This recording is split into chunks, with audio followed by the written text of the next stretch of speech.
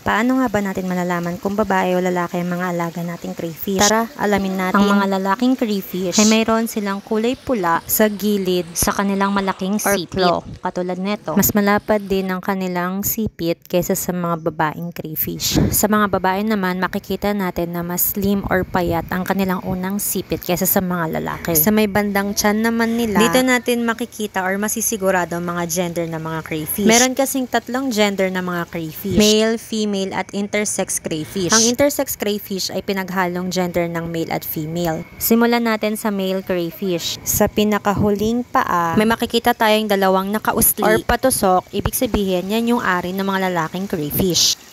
Sa mga babaeng crayfish naman, isa sa palatandaan para malaman natin na babae ang crayfish natin, makikita natin na may dalawang bilog o parang mata sa may bandang pangatlong paan nila. Sa intersex crayfish naman, makikita dito ang pinaghalong gender ng female at ang male crayfish. Ayun lang, sana umabot kayo hanggang dulo. Follow for more.